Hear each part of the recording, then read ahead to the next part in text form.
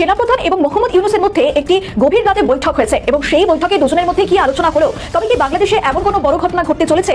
এটা কি বাংলাদেশের ইতিহাসে বিগত 10-15 বছর আগের থেকে ধরে এই পর্যন্ত দেখছেন? মূল কারণ হলো অ্যান্টোনিও গুতেরেস। জাতিসংঘ মহাসচিবের বাংলাদেশ সফরে বাংলাদেশের রাজনীতিতে অভূতপূর্ব অনেক ঘটনা ঘটবে। সংক্ষেপে বললে প্রফেসর ডক্টর মোহাম্মদ ইউনূসের জন্য এটা একটা বিরাট সুখবর। এই জিনিসগুলো ডক্টর ইউনূসকে আকাশে ভাসাবে, এক কথা বললে।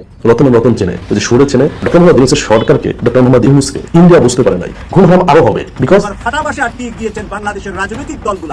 জাতিসংঘের মহাসচিব যে বলেছেন যে আপনি যদি সংস্কার করতে চান আপনি করেন জাতিসংঘ বা আমরা আপনার পাশে আছি। জাতিসংঘ পাশে থাকা মানে জাতিসংঘের যতগুলো দেশ আছে তার ম্যাক্সিমামই পাশে থাকা, তার মানে বিশ্ব এখন সাপোর্ট করছে ডক্টর মোহাম্মদ ইউনূসকে। প্রফেসর ইউনূসের সরকারের প্রত্যেক মন্ত্রণালয় তার কাজের মধ্যে দিয়ে জুলাই অগাস্ট বিপ্লবের চেতনাকে অনন্য উচ্চতায় নিয়ে যেতে পারে। প্রত্যেকটা মন্ত্রণালয় না মূর্তি বানায় না, টাকা খরচা করে দিবস পালন করে না, বরং ওই মন্ত্রণালয়ের একটা গভীর এবং জটিল সমস্যাকে সৃজনশীলভাবে সমাধানের মাধ্যমে। শুধু তাই না, বিপ্লবের এই বার্তাকে সারা দুনিয়া পৌঁছায় দেওয়া যায়। এমনকি আমরা দুনিয়ার একটা সমস্যা পুরোপুরি সমাধান করে দিতে পারি, জ্বলন্ত সমস্যাকে একেবারে সমাধান করে দিতে পারবো এক কর্মসূচিতে, অনেক সমাধান। এখন আমার ক্ষুদ্র ভ্রাতা আর ভগিনীরা করে দাদার মাথা মুথা খারাপ হয়ে গেছে, বাংলাদেশ থেকে দুনিয়া সমস্যা সমাধান হবে, একটা সমস্যা পুরোপুরি সমাধান, এটা কি ছেলে খেলা? আগামী কয়েকটা দিন বাংলাদেশের জন্য অত্যন্ত গুরুত্বপূর্ণ। বাংলাদেশের যে কোনো মূল্যে শান্তি শৃঙ্খলা আমাদেরকে বজায় রাখতেই হবে। আপনারা জানেন, একদিকে ডক্টর মোহাম্মদ ইউনূস সাহেব তিনি চায়না যাওয়ার প্রস্তুতি নিচ্ছেন। চায়নার পক্ষ থেকে তার জন্য স্পেশাল বিমান পাঠিয়ে তাকে সেখানে রিসিভ করার ব্যবস্থাপনা চলছে। তাতে শাহবাগীদের, আওয়ামী লীগের এবং পার্শ্ববর্তী দেশ ভারতের মাথা খারাপ হয়ে গিয়েছে। আওয়ামী লীগ এদেশে রাজনীতি করার অধিকার রাখে না, মন্তব্য জামায়াত আমিরের। উপদেষ্টা মাহফুজ আলমের মন্তব্য মনগড়া, যা বলল হেফাজতে ইসলাম। যারা দীর্ঘমেয়াদী সংস্কারের কথা বলে তারা নির্বাচন নিয়ে কালক্ষেপণ করছে, মন্তব্য রিজভীর। অসামাজিক কাজের অভিযোগে গ্রেপ্তার শিবির নেতা দল থেকে বহিষ্কার। বাংলাদেশের বিরুদ্ধে অপপ্রচারে জাতিসংঘ মহাসচিবের উদ্বেগ। আসসালামু আলাইকুম প্রিয় দর্শক, বর্তমান বাংলাদেশের রাজনৈতিক প্রেক্ষাপট বা রাজনৈতিক পরিস্থিতির উপর বিশ্লেষণ করে আপনাদের সামনে কিছু গুরুত্বপূর্ণ ভিডিও ফুটেজ নিয়ে হাজির হয়েছি। এমনকি দর্শক, আমি আশা করছি যারা ভিডিওটি অন করেছেন তারা ভিডিওটি না টেনে সম্পূর্ণ মনোযোগ সহকারে দেখবেন, তাহলে এই ভিডিওর মূল রহস্য বা আসল ঘটনাগুলো জানতে বা বুঝতে পারবেন। তো প্রিয় দর্শক, আমি আর বেশি কথা বাড়াবো না, চলুন দেখে আসি আজকের সেই কাঙ্ক্ষিত ভিডিওগুলো। তবে তার আগে বলি, যারা এখনও চ্যানেলটি সাবস্ক্রাইব করেননি তারা সাবস্ক্রাইব করে পাশে থাকা বেল আইকনটি বাজিয়ে দিবেন, আর যারা ইতিমধ্যে সাবস্ক্রাইব করে রেখেছেন তাদেরকে অসংখ্য ধন্যবাদ। তো চলুন দর্শক, একটা লাইক দিয়ে আমরা ধারাবাহিকভাবে সকল ভিডিওর বিস্তারিত আলোচনা দেখে আসি। আগামী কয়েকটা দিন বাংলাদেশের জন্য অত্যন্ত গুরুত্বপূর্ণ। বাংলাদেশের যে কোনো মূল্যে শান্তি শৃঙ্খলা আমাদেরকে বজায় রাখতেই হবে। আপনারা জানেন, একদিকে ডক্টর মোহাম্মদ ইউনূস সাহেব তিনি চায়না যাওয়ার প্রস্তুতি নিচ্ছেন। চায়নার পক্ষ থেকে তার জন্য স্পেশাল বিমান পাঠিয়ে তাকে সেখানে রিসিভ করার ব্যবস্থাপনা চলছে। তাতে শাহবাগীদের, আওয়ামী লীগের এবং পার্শ্ববর্তী দেশ ভারতের মাথা খারাপ হয়ে গিয়েছে। অন্যদিকে জাতিসংঘের মহাসচিব বাংলাদেশে এই মুহূর্তে অবস্থান করছেন এবং 4 দিন তিনি বাংলাদেশের জনগণের সাথে একত্রতা পোষণ করে মুসলমানদের ভাব গম্ভীর্যপূর্ণ পবিত্র রমাদানের সাথে ঐক্যবদ্ধ হয়ে তিনি এই কয়েকদিন না খেয়ে থাকছেন। গতকালকে প্রায় লক্ষাধিক মানুষের উপস্থিতিতে আপনারা জানেন যে সেই চট্টগ্রামের কক্সবাজারে, যেখানে আমাদের বিভিন্ন নিপীড়িত রোহিঙ্গা ভাই বোনেরা রয়েছেন, তাদের সাথে ইফতার করে দেখিয়ে দিয়েছেন, তাক লাগিয়ে দিয়েছেন ডক্টর মোহাম্মদ ইউনূস। কিন্তু এই ডক্টর মোহাম্মদ ইউনূসের এই সফলতাকে একটি গোষ্ঠী যে কোনো মূল্যে ম্লান করে দিতে চায়, শেষ করে দিতে চায়, এবং তার অংশবিশেষ হিসেবেই বিভিন্নভাবে বাংলাদেশে নৈরাজ্য সৃষ্টির পায়তারা চলছে। আমাদেরকে অত্যন্ত সজাগ দৃষ্টিতে আগামী কয়েকটা দিন পরিচালিত করতে হবে। যে কোনো মূল্যে এই বাংলাদেশের আইন শৃঙ্খলা পরিস্থিতি আপনাকে রক্ষা করে চলতে হবে। দেশ বিদেশে আমাদের ভাবমূর্তি উন্নতি করতে হবে, মানুষের কাছে আমাদের অবস্থানটা ক্লিয়ার করতে হবে। আপনারা জানেন, বাংলাদেশ পুলিশ দীর্ঘদিন পর্যন্ত আওয়ামী লীগ চলে যাওয়ার পরে এক ভঙ্গুর অবস্থায় ছিল। সেখান থেকে পুলিশের আইজিপি এবং আপনার বিভিন্ন ঊর্ধ্বতন কর্মকর্তারা বারবার রিকোয়েস্ট করছেন যে কোনো মূল্যে আমাদেরকে আক্রান্ত করবেন না। আমরা দেশের জন্য কাজ করে যাচ্ছি, চেষ্টা করে যাচ্ছি পুলিশ ডিপার্টমেন্টকে সাজানোর জন্য। আমার বিশ্বাস পুলিশ ডিপার্টমেন্ট ইতিমধ্যে আগের চেয়ে অনেক বেশি ইমপ্রুভ করেছে এবং তারা সঠিক পথে দেশকে পরিচালনার জন্য সরকারের হাতকে শক্তিশালী করতে ভূমিকা পালন করছে বলে আমি এখন পর্যন্ত আশাবাদী। যে কোনো কাজেই আমাদের এখন সরকারের সহযোগিতা করা উচিত, সরকারকে সহযোগিতা করা উচিত।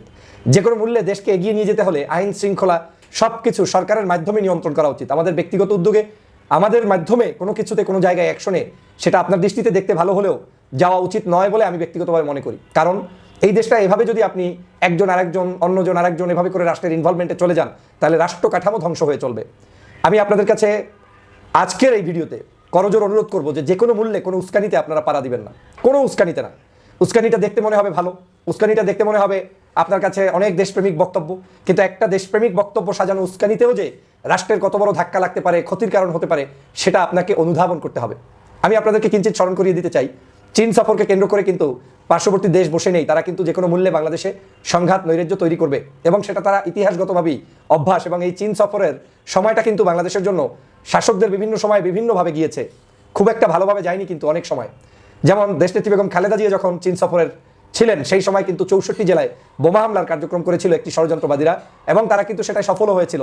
তারা জঙ্গিবাদ প্রমাণ করার জন্য একযোগে সারা বাংলাদেশে এই অপকর্মটি করেছিল।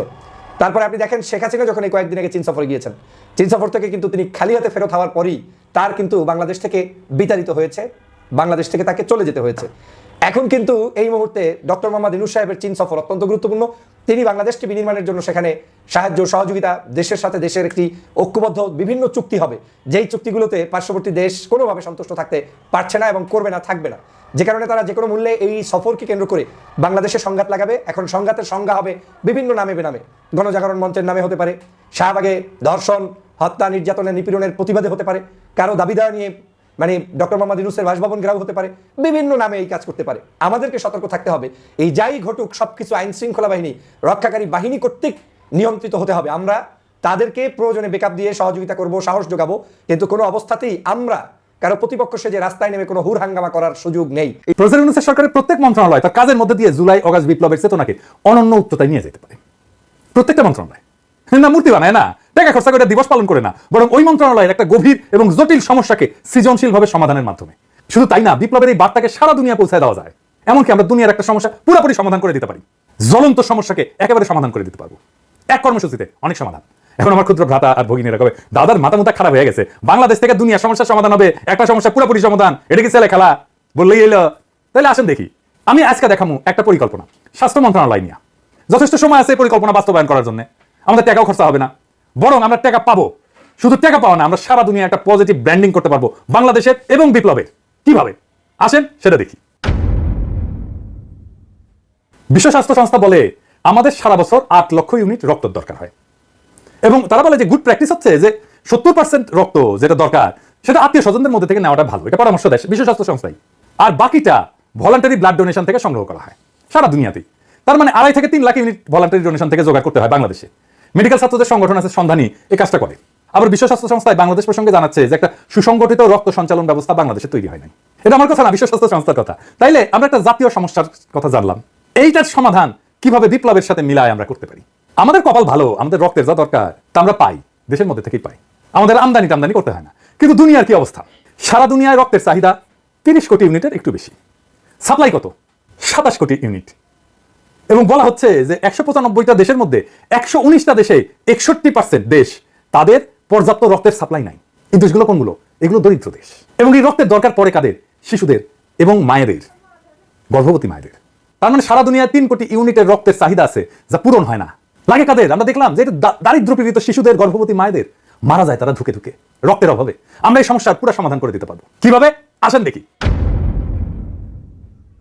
আমরা আগামী 16 জুলাই বেলা 3টা, যেই মুহূর্তে আবু সাইদ শহীদ হয়েছিল সেই মুহূর্ত থেকে 5ই আগস্ট বেলা 11টা পর্যন্ত যখন হাসিনা পলাইলো সেই মুহূর্ত পর্যন্ত সারা দেশে রক্তদান কর্মসূচি চালাবো। নাম হবে বিপ্লবের রক্তরাঙা উপহার। রক্তের ব্যাগে থাকবে আবু সাইদের প্রসারিত 2 হাতের ছবি, আর 2 ভাষায় লেখা থাকবে বিপ্লবের সংক্ষিপ্ত ইতিহাস ওই রক্তের ব্যাগে। একটা বাংলা আর একটা ফ্রেঞ্চ। আমার সৌজন্যে বাংলাদেশের শুধু তরুণের সংখ্যা 4.5 কোটি। আমরা কম করে হলো 3 কোটি ইউনিট রক্ত সংগ্রহ করতে পারবো। তরুণরাই তো শুধু দেবে না, তার চেয়ে বেশি বয়সীরাও দেবে। সবাই উৎসব করে রক্ত দিতে যাবে।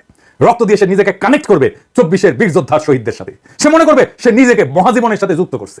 সেই মহাজীবন, যে মহাজীবন আমাদেরকে মুক্তি দিচ্ছে, যে মহাজীবন বিপ্লবের মাঠে, বিপ্লবের রাজপথে বীরের মতো লড়াই করছে, জীবন দিছে, আহত হয়েছে। একটা জাতীয় পুনর্জাগরণ হবে প্রত্যেক বছরে ঠিক বিপ্লবের সময়গুলোতে। এমনিতেই নানা অনুষ্ঠান কর্মসূচি হবে এই সময়টা জুড়ে। স্বাস্থ্য মন্ত্রণালয়ের এই কাজটা একটা সম্পূর্ণ ভিন্ন মাত্রা দেবে এই সময়টাকে। আমরা বিশ্ব স্বাস্থ্য সংস্থাকে বলবো আমাদের টেকনিক্যাল অ্যাসিস্ট্যান্স দাও। আমরা বলবো আমরা রক্ত সংগ্রহ করে দিচ্ছি, সংরক্ষণ করার ব্যবস্থা করে দাও, ক্রায়ো প্রিজার্ভেশন করার ব্যবস্থা করে দাও। এত লার্জ অ্যামাউন্ট রক্ত ক্রায়ো প্রিজার্ভেশনের জন্য অনেক লজিস্টিক্স লাগবে। বিশ্ব স্বাস্থ্য সংস্থা আগায় আসবে আগ্রহ করে এই কাজটা করে দেওয়ার জন্য, কারণ সারা দুনিয়ার সমস্যার সমাধান হয়ে যাবে। রক্তের এক্সপোর্টের রেগুলেশন আছে অনেক, আমরা বিশ্ব স্বাস্থ্য সংস্থাকে কাজে লাগাই, এই রেগুলেশনগুলো আমরা ইমপ্লিমেন্ট করতে পারবো। আমরা টাইম পেলাম অনেক এই সব কিছু করার জন্য। আমাদের তরুণদের একটা চেকআপ হয়ে যাবে, কারণ রক্ত দেওয়ার আগে একটা চেকআপ করতে হয় ম্যান্ডেটরি। কি কি? HIV, সিফিলিস, হেপাটাইটিস সি আর বি এর টেস্ট হবে। বিশাল একটা স্ক্রিনিং হয়ে যাবে সবার মুফতে। অবশ্য ছাত্রলীগের খাইস্টাগুলো ধরা খাবে। ডাক্তার এসে কবে এই এদিকে আসো, সে কবে কি হয়েছে ডাক্তার সাহেব? কবে তোমার তো সিফিলিস, তুমি ছাত্রলীগ করো। ভাইরা দেখেন সারা দুনিয়ায় কিরকম পজিটিভ ইম্প্যাক্ট পড়বে। প্রত্যেক বছর ওই বিপ্লবের সময়টা একটা কালেকটিভ স্মরণ হবে জাতীয়ভাবে বিপ্লবের ওই রক্ত ঝরার সময়ের। এই প্র্যাকটিস যদি জারি রাখতে পারি তাহলে আজ থেকে কয়েক যুগ পরেও এই বিপ্লবের রক্তদানের ইতিহাস জানবে আমাদের ভবিষ্যৎ প্রজন্ম। শুধু ভবিষ্যৎ প্রজন্ম না, সারা দুনিয়া জানবে কেন এই রক্তটা আমরা পাইতেছি। সারা দুনিয়ায় নানা লেখা হবে, নানা জার্নালে আর্টিকেল ছাপা হবে, বাংলাদেশ কি একটা অসম্ভব কাজ করে ফেলছে।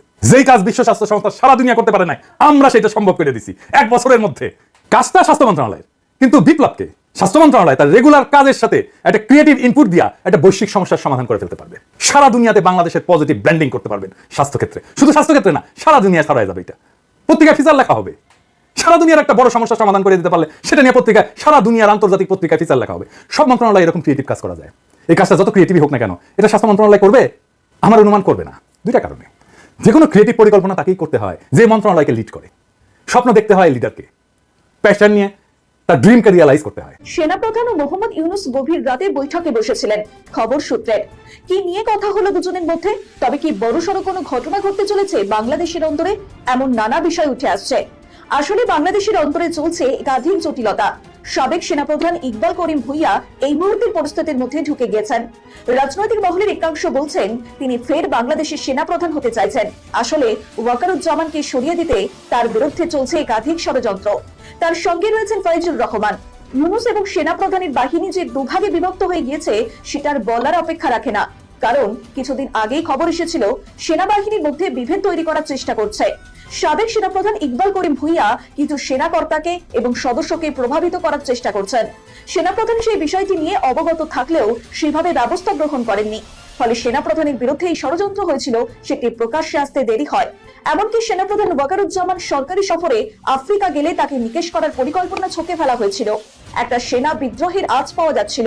যদিও ওয়াকারুজ্জামান সেটা জানতে পেরে তিনি ঢাকা বিমানবন্দর দিয়ে দেশে প্রবেশ করেননি। এরপর সেনাপ্রধান কঠোর হয়ে সেনাবাহিনীকে বেশ কিছু বার্তা দেন। এমনকি কিছু সেনাকর্তা এবং সদস্যকে নজরবন্দি করেন সেনাপ্রধান। অর্থাৎ আইন শৃঙ্খলা রক্ষার্থে এবং দেশের অরাজক পরিস্থিতি আয়ত্তে আনতে সিদ্ধ হস্তে ওয়াকারুজ্জামান। তার মধ্যে গোপন সূত্রে খবর, ইউনূসের সঙ্গে বৈঠক হয় সেনাপ্রধানের। কি কথা হলো দুজনের মধ্যে? পরিস্থিতি উত্তপ্ত কেনই বা হলো? তবে কি এবার সেনাপ্রধান বাংলাদেশের সেনা নামাতে চলেছেন? অন্তত বাংলাদেশকে স্থিতিশীল জায়গায় আনতে সেটা করতেও পারেন তিনি। আসলে নির্বাচন নিয়ে একটি ঠান্ডা লড়াই চলছে। সেটা বাড়তে বাড়তে এমন সিদ্ধান্ত যে কোনো মুহূর্তে নিয়ে ফেলবেন ওয়াকারুজ্জামান, বলছেন রাজনৈতিক বিশ্লেষকরা। প্রিয় দর্শক, আমি আশা করছি ভিডিওটি সম্পূর্ণ মনোযোগ সহকারে দেখেছেন। সাথে ভিডিও সম্পর্কিত কোনো তথ্য বা মতামত থাকলে কমেন্ট বক্সে জানিয়ে যাবেন। আজকের মতন এখানে শেষ করছি। ফিরে আসছি আগামী দিনে অন্য কোনো টপিকস নিয়ে। সে পর্যন্ত ভালো থাকবেন। আল্লাহ হাফেজ।